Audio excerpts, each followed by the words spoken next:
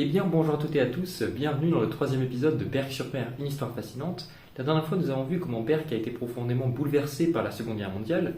Dans ce troisième épisode, nous allons voir comment Berck va se reconstruire et se développer dans la deuxième partie du XXe siècle. Également, dans la deuxième partie du XXe siècle, ça va être petit à petit la fin de l'activité traditionnelle berquoise, la pêche, qui va disparaître à Berck dans les années 60.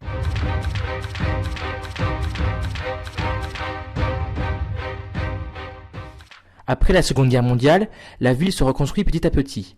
Au fil des décennies, le Berck-sur-Mer d'aujourd'hui se façonne. Dans les années 1950 et 1960, les commerces et restaurants envahissent le front de mer, dont le célèbre glacier Le Cornet d'Amour, qui existe déjà depuis 1934. Après la guerre, Berck-sur-Mer devient une destination touristique phare. En effet, de nombreux campings vont fleurir à Berck et aux alentours. Les mineurs de l'arrière-pays prennent plaisir à découvrir le littoral. La plupart des mineurs venaient en voiture jusqu'à Berck. En effet, les mineurs et leurs familles empruntaient chaque année le même itinéraire de Lens à Berck-sur-Mer, la ville côtière la plus proche du bassin minier. De nos jours, l'événement La Route des Vacances rend hommage à ces mineurs.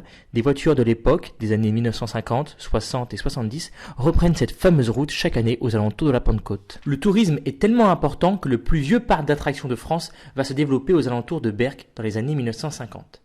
En 1950, Madeleine et Henri Parent font l'acquisition d'un terrain de 27 hectares près du terrain d'aviation de Berck.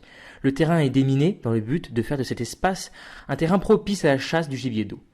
Un bâtiment est construit. Bagatelle est d'abord une pension de famille et un restaurant qui attire de nombreux touristes. Quelques jeux sont construits au sein du domaine. Petit à petit, le domaine se transforme en parc de loisirs. De nombreuses attractions sont créées comme les vélos excentriques, un petit train, un mini-golf, des plaines de jeux ou encore un carrousel. Le premier parc d'attractions de France est créé. L'appellation parc d'attractions sera effective dans les années 1960. Mais le parc ressemble déjà à un parc d'attractions avant même la création officielle de cette dénomination en France. Puis dans les années 1960, le parc s'agrandit avec notamment la création d'un plan d'eau, d'une large brasserie, d'une grande roue et d'un grand 8 en bois. En 1976, le premier River Splash d'Europe est inauguré au parc Bagatelle. Dans les années 1980, le parc Bagatelle fait de Baggy la mascotte officielle, mais dans les années 2000, Jacques, un blondinet au visage rond, malin et joyeux, issu des traditions du Nord, devient entre-temps la mascotte. Baggy reviendra ensuite. Bagatelle connaît un tournant avec la plus grosse attraction de son histoire, le Triops, un roller coaster culminant à 45 mètres de haut, soit la hauteur du phare de Berck. Aujourd'hui, le parc à Bagatelle attire de plus en plus de touristes, aux alentours de 300 000 personnes chaque année. À part le tourisme, Berck connaît un essor sportif durant le XXe siècle. Depuis 1966, la compétition Les 6 heures de Berck se déroule sur la plage. Le char à voile devient un sport incontournable de la ville. En 1991, le record de vitesse en char à voile est atteint sur la plage de Berck par le champion du monde Bertrand Lambert avec une vitesse de 151,55 km/h. Côté sport, il ne faut pas non plus oublier que Berck s'est fait surtout connaître au niveau local et national pour son club de basket. L'ABBR Opel Sud, le club de basketball de Berck, fondé en 1929, va connaître ses heures de gloire dans les années 70. En effet, le club va remporter 2 titres de champion de France et va se hisser par 2 fois aux demi-finales de la Coupe d'Europe de basketball. En 1974, l'AS Berck est confronté au Real Madrid en demi-finale retour de la Coupe d'Europe des clubs champions.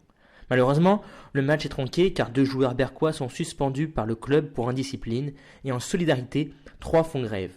Cet événement est une contre-pub pour le basket français car le match est programmé sur la première chaîne à une heure de forte écoute et il va marquer le début du déclin du club nordiste au niveau européen. Un autre sport va débarquer à Berck, c'est la boxe.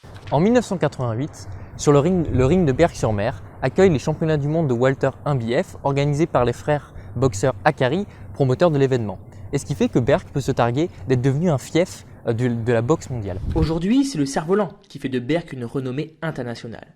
En avril, depuis 1987, l'un des plus grands événements gratuits de la région se déroule sur la plage de Berck, les rencontres internationales de cerf-volant. Pour commémorer l'invention de la photo aérienne, des photographes d'un club de cerf-volistes belges demandent au maire de Berck, Claude Vilquin, l'autorisation pour organiser une fête du centenaire de cette découverte. Les rencontres des cerfs-volants étaient nées. En avril 1987 fut lancée la première édition des rencontres internationales de cerfs-volants. La tradition de cette rencontre entre cerf-volistes sera reprise au fil des années. Entre-temps, le nombre de cerf-volistes et de spectateurs augmente jusqu'à devenir l'une des manifestations les plus importantes de la discipline. Berck attire donc une attention médiatique au mois d'avril. Les journaux télévisés, des chaînes publiques nationales parlent de l'événement. Des photos font même le tour du monde jusqu'à être publiées dans le Wall Street Journal ou encore dans The Guardian. Les RICV, c'est une longue histoire. J'ai découvert les RICV quand j'avais à peu près une quinzaine d'années, je pense, à peu près.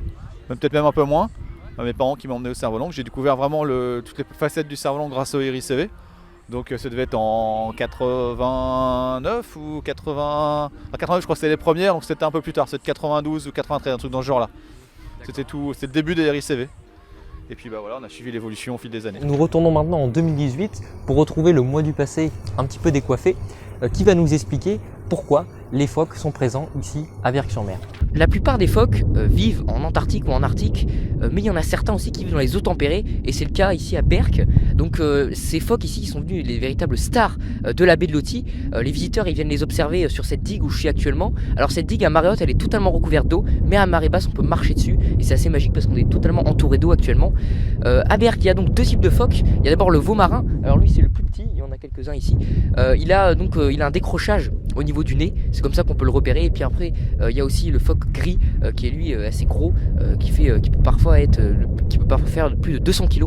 Et donc comme vous observez, à marée basse ils sont ici allongés sur les bancs de sable pour se reposer, et puis à marée haute des fois on les voit un petit peu nager, mais aussi à marée basse, là on en a vu un tout à l'heure qui nageait comme ça, bah voilà, là-bas il y en a un qui nage et qui remonte. Donc les phoques ici vivent, et c'est assez spectaculaire de les voir ici. Donc, les phoques à Berck-sur-Mer ils sont là depuis très longtemps. On a retrouvé un croquis de Francis Tattegrin en 1890, il avait déjà fait un croquis des phoques.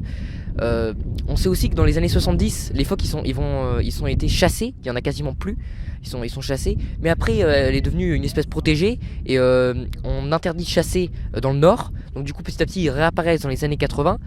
Aujourd'hui à certaines périodes de l'année ils sont plus de 40, voilà, et on estime que ces phoques là ils viennent de la baie de Somme où il y a beaucoup de phoques de la baie de Somme, et ils sont venus ici à Berck.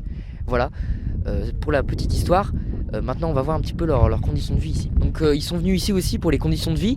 Alors déjà il y a du poisson en abondance, hein. Il y a Loti ici qui coule derrière moi, et puis aussi ces fameux bancs de sable. C'est-à-dire que comme vous savez il y a le phénomène de marée qui se produit ici à la baie de Loti. C'est-à-dire qu'à marée basse ils ont leur super bancs de sable, j'avais parlé de ça tout à l'heure, et en fait c'est parce que ils se mettent comme ça, ils s'allongent sur les bancs de sable comme ici derrière moi pour préparer leur mue d'hiver. Il y a comme vous voyez Loti qui nous sépare de l'homme, et le phoque sont séparés par Loti, et ça il apprécie de la tranquillité, voilà, et il peut au cas où si jamais il y a un kayak qui passe par exemple, il peut rapidement aller dans l'eau, donc le phoque il apprécie ça aussi, et c'est pour ça qu'ils sont nombreux ici. Ainsi, à travers 3 épisodes, nous espérons que vous avez appris davantage sur cette ville de la Côte d'Opale dont l'histoire est fascinante.